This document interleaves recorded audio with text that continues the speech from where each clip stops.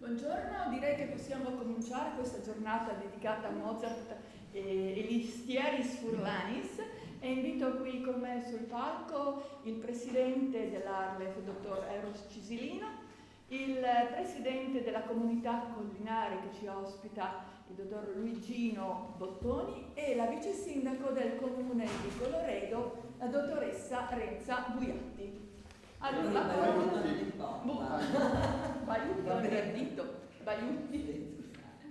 Sì. Do la parola allora al presidente dell'Arlef che ci illustrerà questa collaborazione. Una collaborazione, ringrazio la professoressa Sello che va avanti ormai da qualche tempo, da qualche anno, e che ci impreziosisce come attività. Un'attività che vede la lingua friulana e la musica collaborare insieme, ma soprattutto collaborare nel senso di una identità che viene scoperta anche proprio per qualcosa che riguarda appunto gli alti livelli delle composizioni musicali. Abbiamo qui appunto la riscoperta, la secondo evento in cui andiamo a valorizzare Mozart. L'abbiamo già fatto con Mozart Mataran, un evento di grande successo che è stato messo in scena al Palamostre. Tra l'altro anche oggi avremo un secondo evento che verrà messo in scena al Palamostre, e trova quest'oggi un'interessante relazione da parte del professor Prefumo, che è qui con noi, che ringrazio, che è venuto da così lontano proprio perché andrà ad indagare questo rapporto tra Hieronymus von Colloredo, arcivescovo principe, che appunto aveva nascita appunto dalle nostre terre, e Mozart, e quindi il rapporto tra il suo mecenate, mentore, eccetera, con questo musicista che ha avuto queste grandi intuizioni, ma grandi capacità di poter esprimere anche territori lontani come poteva essere in quel momento il Friuli. Ecco, non ho altro da dire se non ringraziare ancora l'Associazione Amici della Musica, proprio per la grande sensibilità che ha avuto verso la lingua friulana. Qui avete tra il materiale anche tutta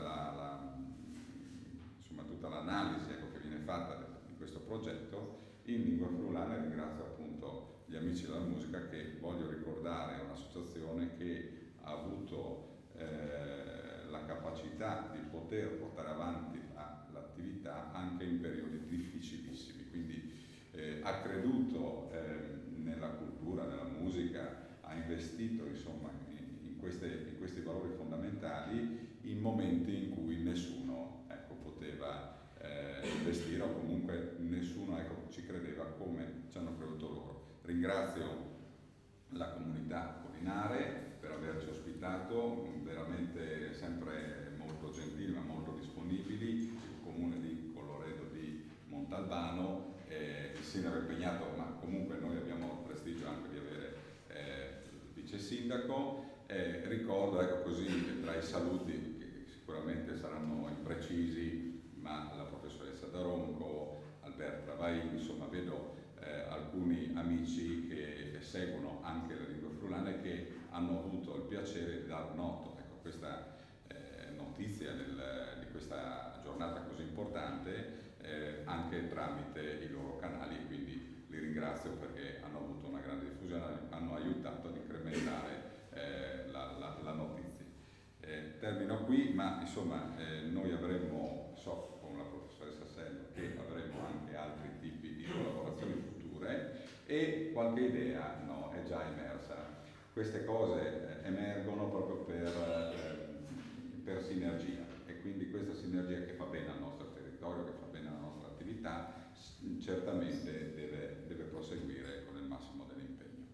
Ultimis per aulis, par furlan, grazie a lui di sei così numerosi, da una giornata lì che i vevi lui qualche piccolo problema, perché sono votazioni, sono sicuramente insomma le giornate ognuna ha le sue particolarità, per cui se veramente numerosi non si fa una buona di piacere, ma soprattutto hanno smanda in levante a Ciri di farsi primiore, in che parla la lingua furlana, soprattutto per la lingua furlana, e per il nostro Friuli. E grazie e lascio la parola.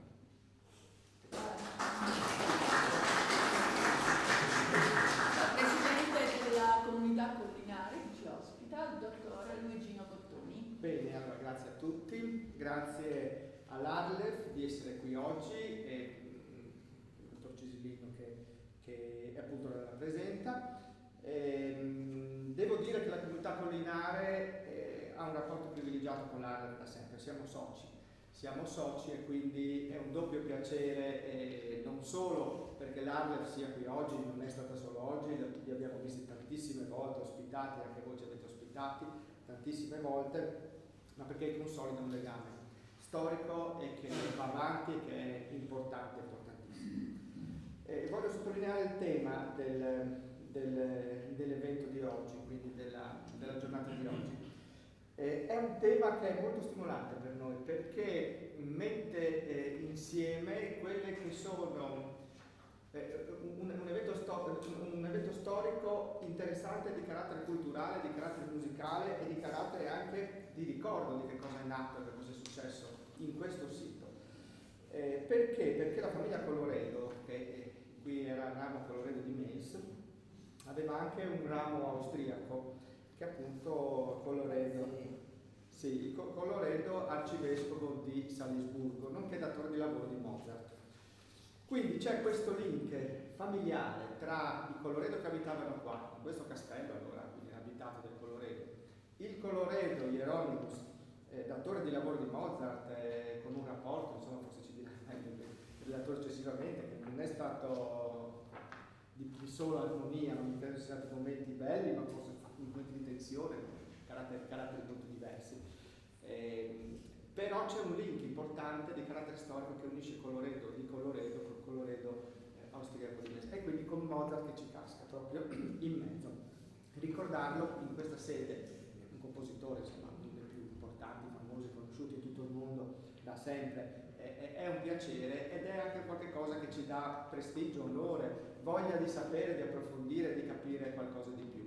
Questo tema del rapporto tra il Colloredo di Mels e il Colloredo di Salisburgo l'abbiamo anche in qualche maniera portato avanti o comunque citato, non con la profondità che ci sarà oggi, citato nel nostro 55ennale di fondazione della comunità collinare che proprio è stato celebrato quest'anno. E uno dei temi o comunque uno degli spunti che all'interno di questo convegno è stato portato avanti è proprio il rapporto che c'è stato, che c'era, e quindi la musica di Mozart, che in qualche maniera anche nel nostro concerto del 55ennale c'è stata musica di Mozart, proprio per questo motivo, questo legame che ci onora e ci inorgoglisce tantissimo. Quindi è con molto interesse che oggi ascolterò la relazione di un professore così importante e conosciuto, l'italiano, nonché anche i contributi musicali che ci saranno, che essendo musica di Mozart, insomma, credo che la penna di Mozart dalla prima all'ultima nota che ha scritto è fantastica, insomma, è di livello incredibile, insomma, è sempre godibile, è sempre bella. Insomma, Mozart ha fatto musica, non so da quanti anni, 6, 5, 4, 8, da 3 anni fino alla sua prematura morte, scomparsa, ha scritto tanto, ha scritto tantissimo ed è tutto bello.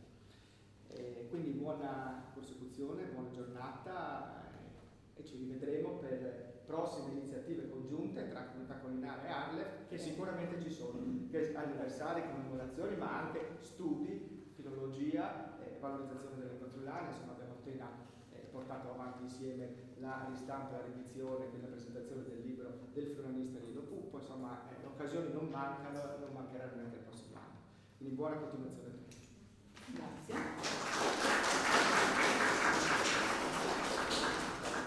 Comune di Colloredo nel Montalbano. Mi resta veramente poco da dire perché faccio mie tutte le parole che ho ascoltato sino adesso. Ringrazio a nome dell'amministrazione comunale sia gli amici della musica che l'agenzia del Pellegrini Furlane. Grazie per aver promosso e organizzato questo convegno, per averlo voluto almeno nella prima parte qua in questa sede prestigiosa del Castello di Colloredo, che ha questi legami storici di cui ha parlato adesso il Presidente, e sarà veramente di vivo interesse ascoltare le parole del professore, del musicologo Prefumo, perché sarà interessante, sarà anche, mi incuriosisce sapere, intrigante, ecco, questi rapporti tra due personaggi che non erano facili, insomma, né Mozart, che non era tanto obbediente Mozart, non era tanto lineare nei rapporti, no? Anche Creativo. Ecco, faceva un po', e invece Hieronymus che era, insomma, era estroverso. Per cui, insomma, un buon ascolto a tutti, grazie ancora e mi fa piacere avervi sentito dire che, insomma, aumenterete, accrescerete questa collaborazione, questa sinergia tra di voi. È una ricchezza per noi. Grazie.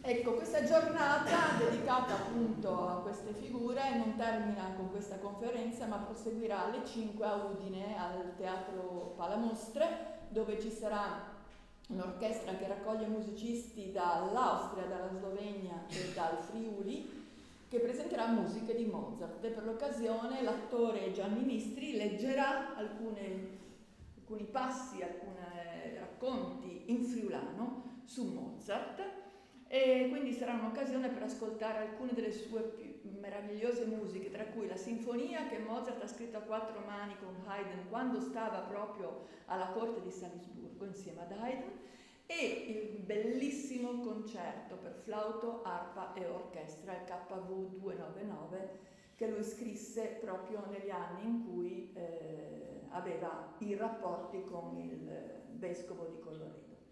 Naturalmente questa mattinata non poteva essere solo di parole, come avete visto dal programma. Esiste un estroverso consort che animerà un pochino i racconti del nostro musicologo Danilo Profumo. Iniziamo quindi con la musica di Mozart, con 2 arie tratte dal Flauto Magico, e esattamente l'aria di Papadono, che è quel personaggio buffo, estroverso, che accompagna Tamino nella sua ricerca e se ne va per le foreste cantando e cercando di catturare degli uccelli che mette poi nella sua gabbietta sopra la testa. A questo seguirà un'altra aria famosissima, che è quella della Regina della Notte, la mamma di Pamina, della principessa, che quando si rende conto di aver perso la battaglia esce dalle nuvole e scaglia fulmini e saette arrabbiatissima contro l'umanità. A eseguire queste 2 arie saranno le 2 flautiste Jeta Cercari e Jona Abazi, che vengono dal Kosovo.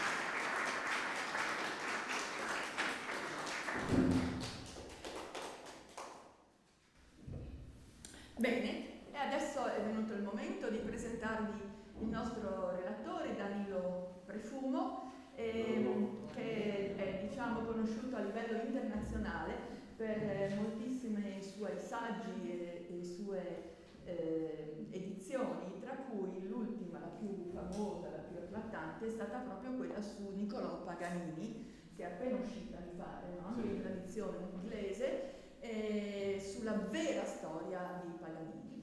E quindi nessuno meglio di lui poteva in qualche modo rappresentare questa relazione con una ricerca approfondita come lui ha fatto proprio per questa occasione. A voi Danilo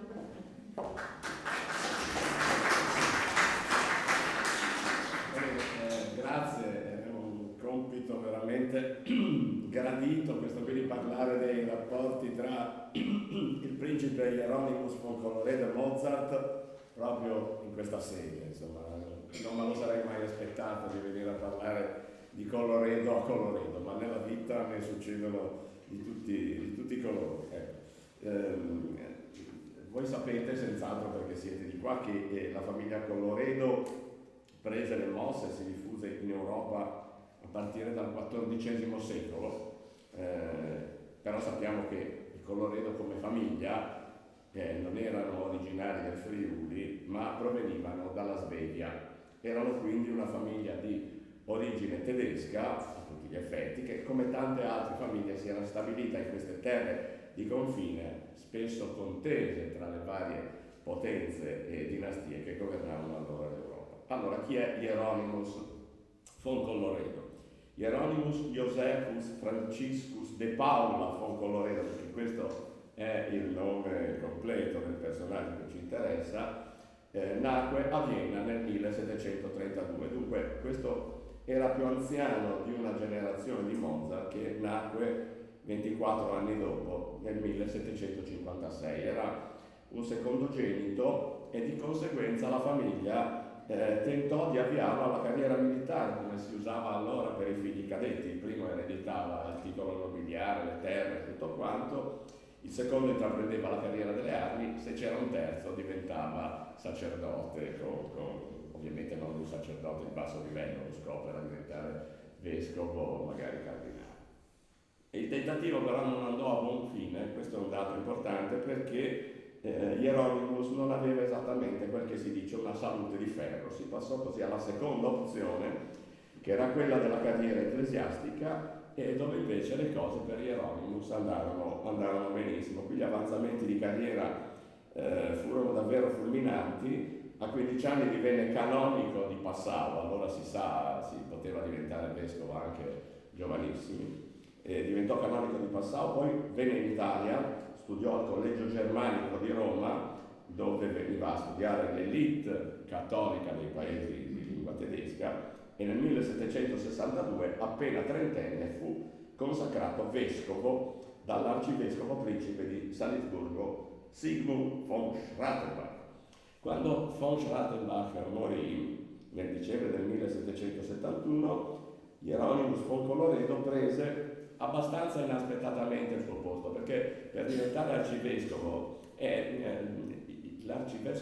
il principato arcivescovile di Salisburgo, come altri principati arcivescovili, rifletteva in piccolo ciò che era lo stato della Chiesa, cioè era una teocrazia elettiva.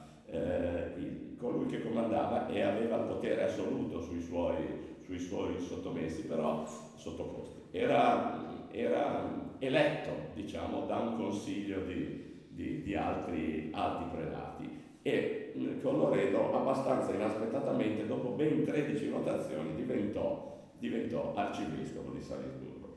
Da questo momento inizia la storia dei suoi rapporti con la famiglia Mozart, che, come sappiamo, era originaria e viveva a Salisburgo, quindi non solo con Wolfgang Amadeus, che allora aveva solamente 15 anni, ma anche, e forse soprattutto, almeno all'inizio, con di lui padre Leopold, che aveva un ruolo molto importante nella vita musicale salisburghese, essendo violinista nell'orchestra di corte, primo violino, e vice Kapellmeister, quindi insomma una figura rilevante, molto prestigiosa. Aveva scritto un famoso metodo di violino che era conosciutissimo non solo in Germania ma anche nel resto d'Europa.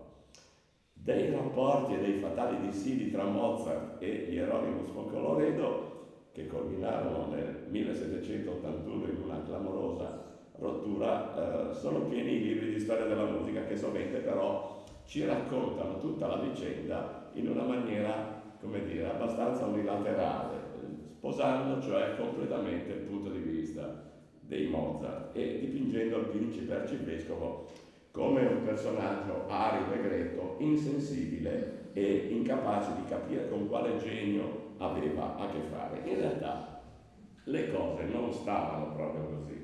A differenza dei due Mozart, padre e figlio, che come quasi tutti i musicisti di allora, e forse anche di oggi, avevano una cultura abbastanza modesta, Hieronymus von Colloredo era un uomo di profonda cultura, che gli derivava sia dalla sua formazione familiare, sia dagli studi assai accurati che aveva fatto in gioventù.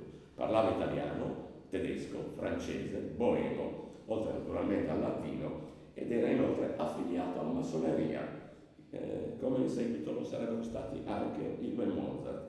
La massoneria di allora, quindi intendiamoci, il che ci dice che condivideva quei generici ideali di fratellanza universale, di fede nel progresso, che erano tipici dell'illuminismo e della massoneria di quel tempo. Non era dunque un bieco reazionario come è stato dipinto, ma un intellettuale del suo tempo che cercava di conciliare assolutismo e illuminismo, come avrebbe fatto qualche anno dopo anche l'imperatore del Sacro Romano Impero, Giuseppe II, il famoso il figlio di Maria Teresa d'Austria. Sappiamo anche che come uomo Hieronymus von Colloredo aveva abitudini di vita molto parche, si svegliava all'alba, come avrebbe fatto in seguito anche l'imperatore Francesco Giuseppe, e lavorava ininterrottamente. Era molto severo ma anche molto corretto con i suoi sottoposti, e l'unico vizio che aveva, la sera amava indulgere nel gioco, il gioco delle carte, ma nel Settecento tutti giocavano, era il vizio del secolo, e quindi anche Hieronymus von Colloredo giocava il biliardo, le carte, tutte queste cose. Quindi ribadisco, l'arcivescovo principe era nell'arcidiocesi di Salisburgo ciò che era il Papa a Roma, cioè il capo appunto di una teocrazia elettiva, una monarchia assoluta, alla quale è importante tenere presente questo, che era un monarca alla quale aveva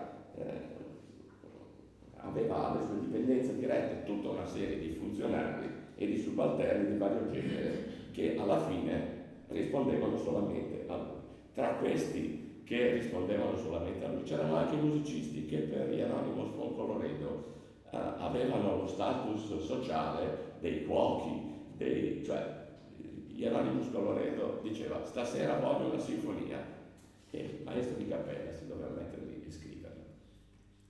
Erano dei subalterni, questo è importante averlo bene in chiaro, perché poi spiega perché, come vedremo dopo, si arrivò al contrasto con Mozart. Per capire perché il dissidio tra Wolfgang Amadeus Mozart e Colloredo si fece così aspro, fino ad arrivare a questa rottura del 1781, di cui poi parlerò, bisogna proprio partire da qui, e cioè dal rapporto di totale subordinazione rispetto al potere che per larga parte del Settecento lega il musicista, e segnatamente il compositore, ai propri datori di lavoro.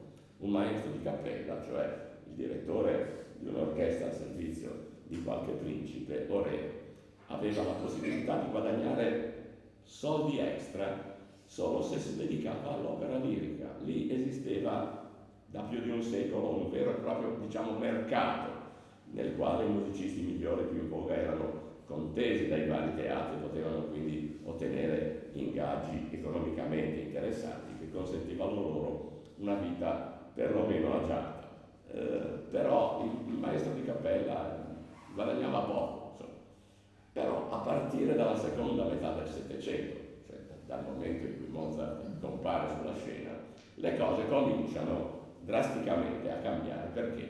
Perché si affermano due fenomeni concomitanti che avranno poi un effetto esplosivo sulla storia della musica. Uno è la progressiva ed esponenziale diffusione in Francia e in Inghilterra, soprattutto, ma anche nei paesi di lingua tedesca, dei concerti pubblici a pagamento, perché prima del Settecento non è che non c'erano le istituzioni concertistiche, e poi c'è anche l'incremento sensazionale dell'editoria musicale, anche questa, dapprima in Francia, Inghilterra, Olanda e poi irresistibilmente in tutta Europa e soprattutto in Austria e Germania, soprattutto a Vienna e Lipsia, che diventano i due principali centri dell'editoria musicale di lingua tedesca. È importante perché il musicista, vendendo le proprie opere agli editori, poteva finalmente guadagnarsi qualche soldo e sfuggire così alla tutela di questi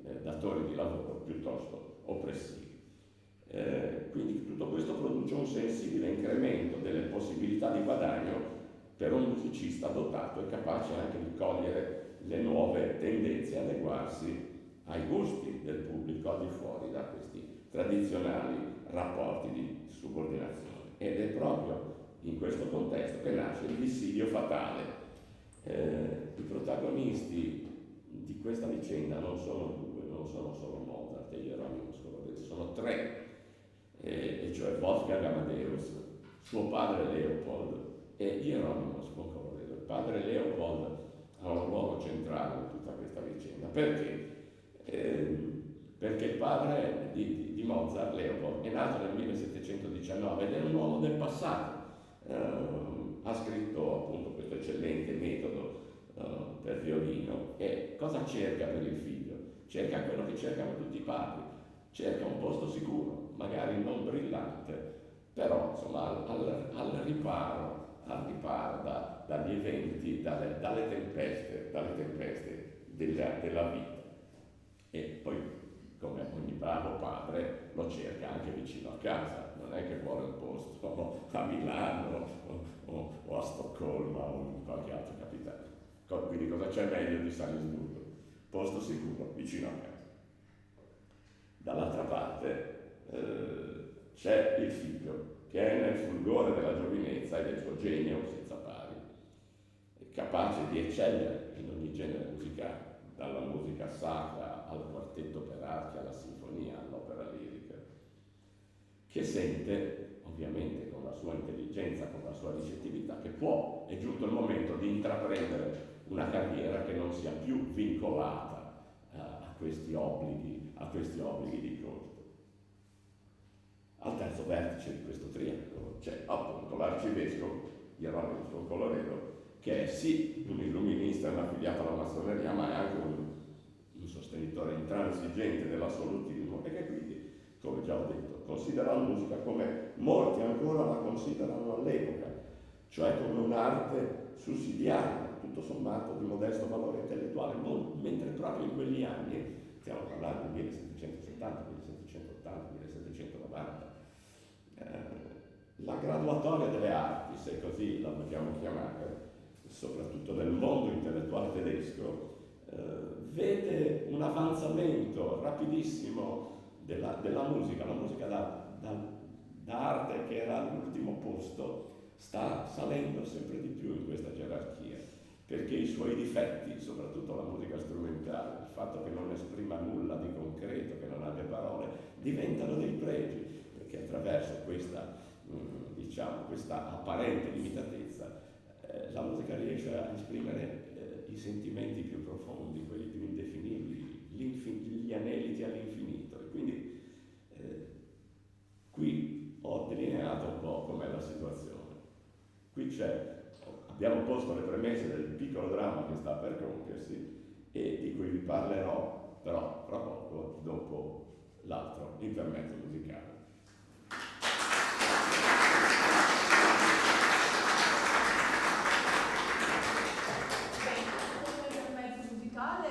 Altre due arie, sempre dal flauto magico di Mozart. La prima è l'aria di Pamina, che è innamorata di Tamino, incontra nell'opera il suo principe e gli dichiara il suo amore. Però in quel momento Tamino sta facendo la prova del silenzio che gli serve per raggiungere appunto il suo scopo di vittoria sul male, e quindi non le risponde. Lei interpreta questo silenzio di Tamino come una mancanza di corrispondenza d'amore, quindi piange disperatamente in questa aria molto dolce, molto sconsolata, ma proprio disperata. La seconda aria invece è l'aria, anche questa famosissima, di Papageno, che incontra nella storia la sua papagena, e quindi alla fine felicemente questi due personaggi buffi dell'opera si uniscono in matrimonio. A realizzare questo piccolo coordinamento di musica e drammatizzazione è sempre l'Estroverso Consort, a cui si unisce anche Mozart.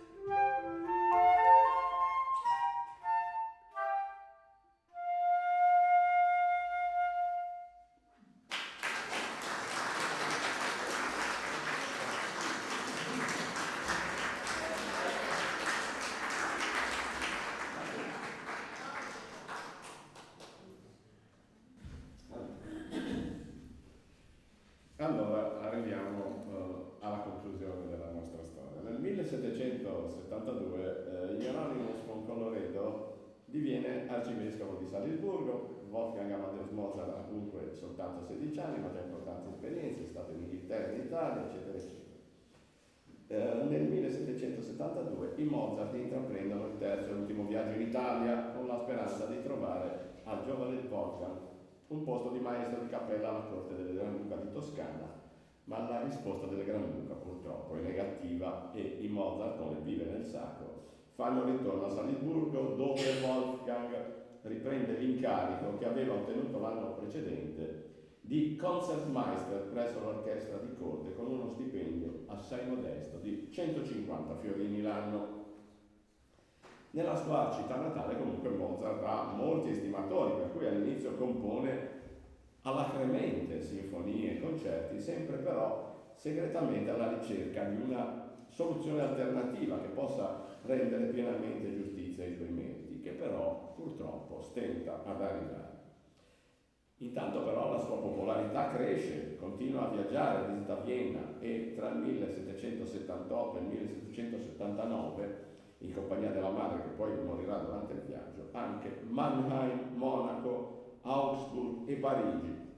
Dal punto di vista dell'acquisizione di un incarico stabile, anche questi viaggi si rivelano infruttuosi, però Mozart conosce molte persone, fa amicizia con musicisti importanti, insomma, come si direbbe oggi, si fa un nome e il suo desiderio di abbandonare la corte di Salisburgo cresce praticamente di giorno in giorno, anche se a casa suo padre, quasi di nascosto, sta trattando con l'arcivescovo una nuova posizione lavorativa per il figlio, quella di organista di corte, con uno stipendio questa volta triplicato a 450 fiorini. È comunque una cifra bassissima, però insomma è comunque 3 volte quello che guadagnava prima.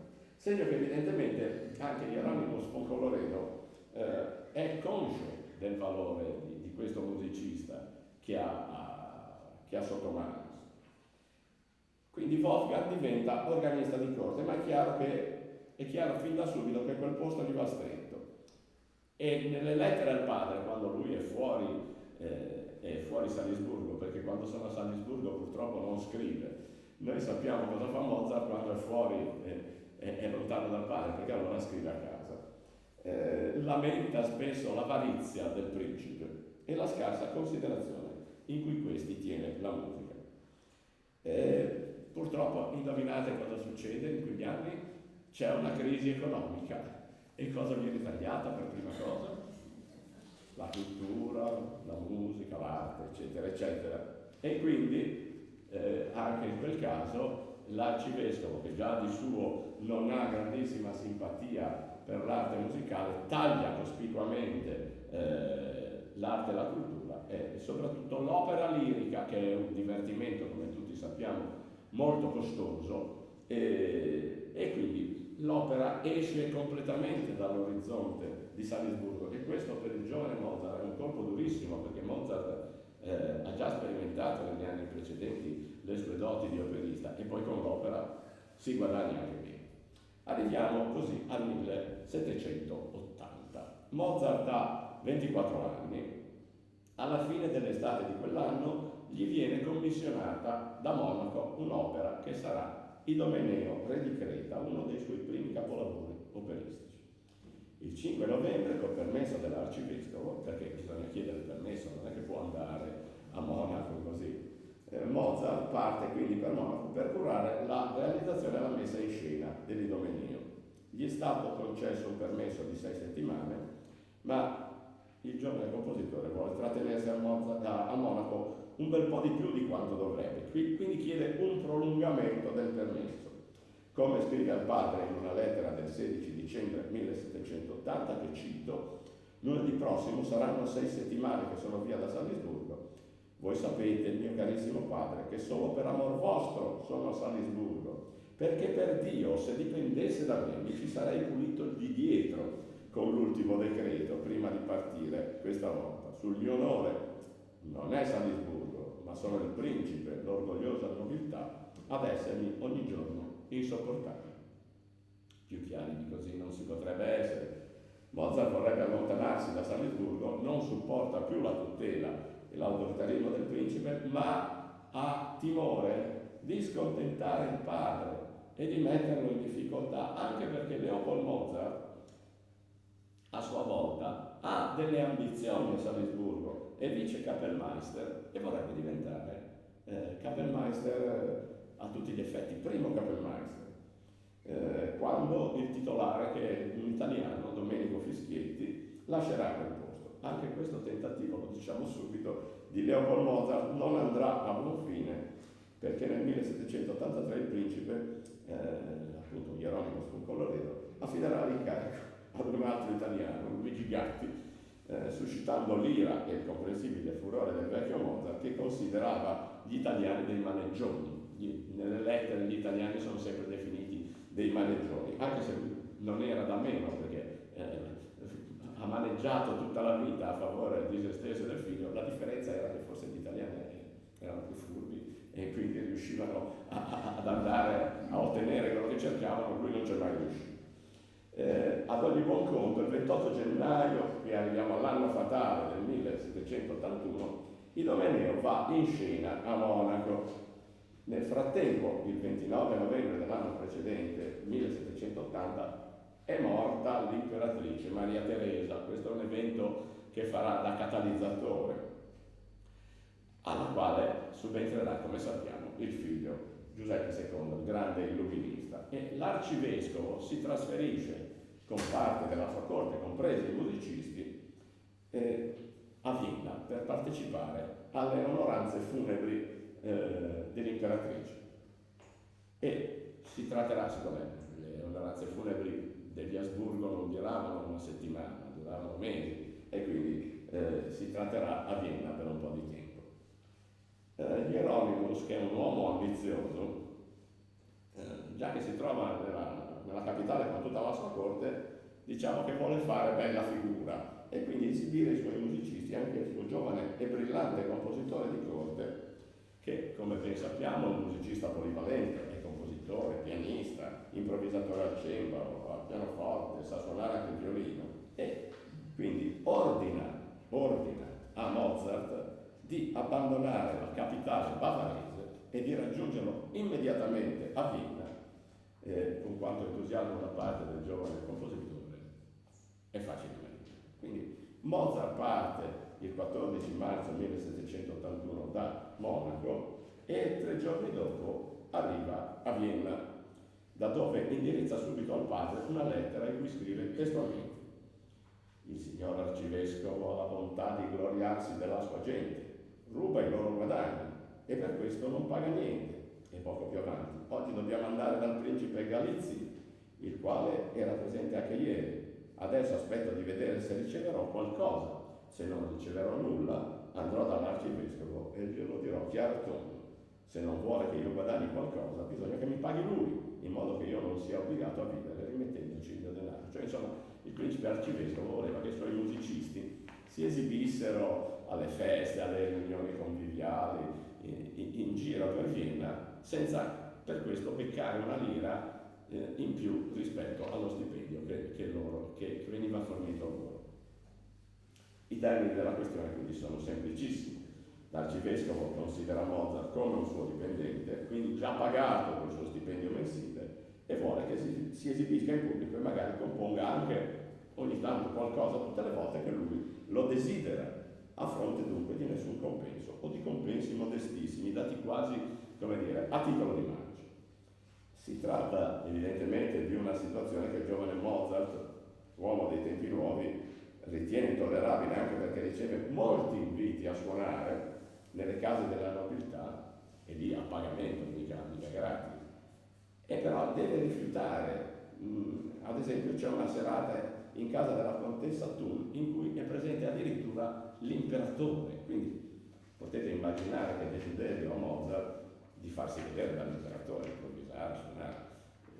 Giuseppe II, come sappiamo, era un grande ammiratore, era un grande esperto di musica, era un appassionato di musica, quindi senz'altro Mozart avrebbe potuto fare un effettone e Hieronymo Sfoncolloredo glielo impedisce. Poi tra l'altro cominciano a diffondersi i concerti a pagamento che le dame dell'alta nobiltà gli richiedono, ma non può farlo e quindi ci rimette proprio del denaro sonante. In aprile Mozart matura dunque finalmente il suo proposito, che enuncia in una lettera al padre, insolitamente breve, perché lui è sempre molto rispettoso quando scrive al padre, è sempre molto cauto, cerca di non offenderlo. Ho dunque in mente di chiedere all'arcivescovo, cito, di permettermi di rimanere ancora qui. Carissimo papà, io vi voglio davvero molto bene, lo constatate dal fatto che per amor vostro rinuncio a tutti i miei desideri e aspirazioni. Infatti, se non fosse per voi, vi giuro sul mio onore che non perderei un solo istante e lascerei immediatamente il mio posto.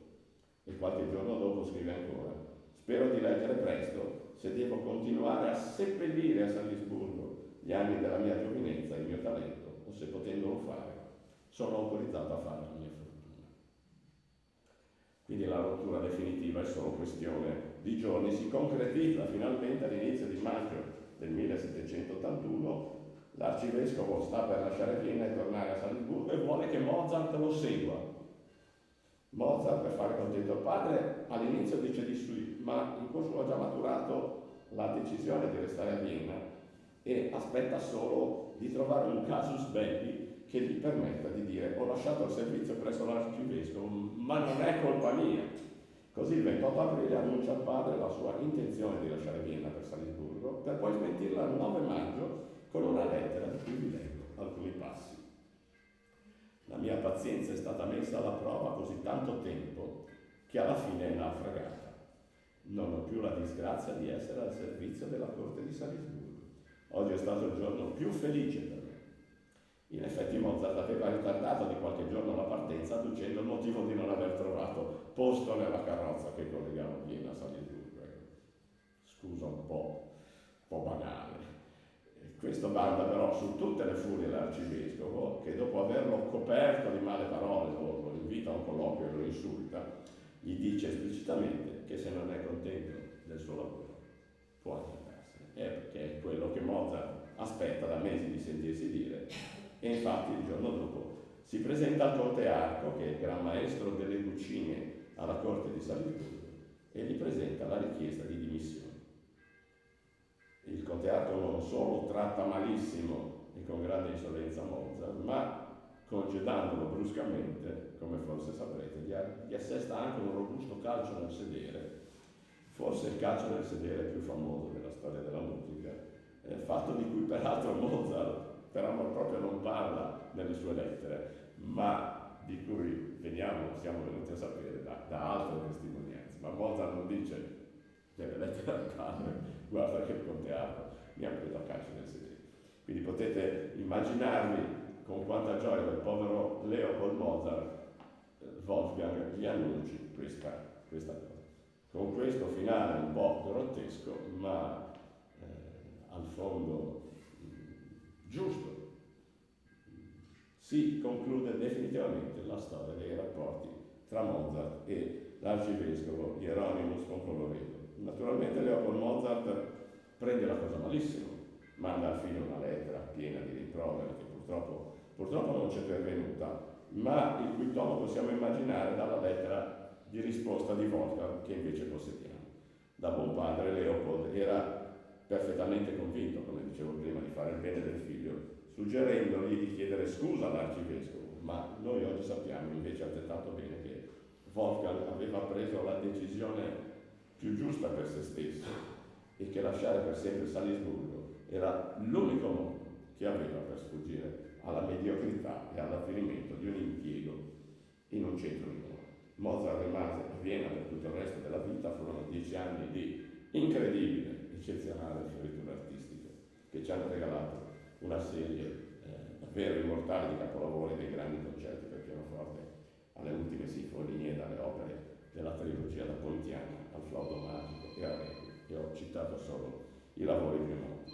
Resta ancora da dire qualcosa su Hieronymus von Colloredo. Il principe arcivescovo sopravvisse 21 anni a Mozart.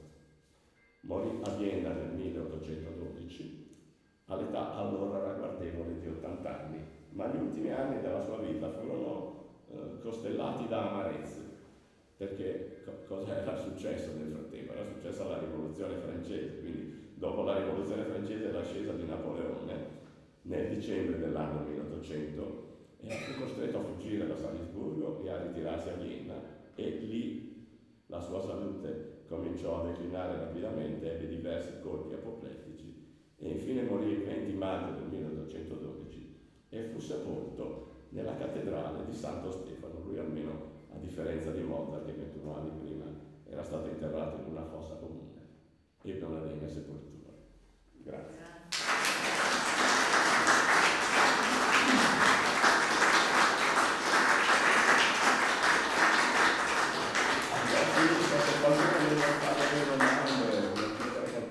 Prima delle domande terminiamo con la musica, con un brevissimo minuetto di un trio in cui si aggiunge anche la flautista Elena Pelos.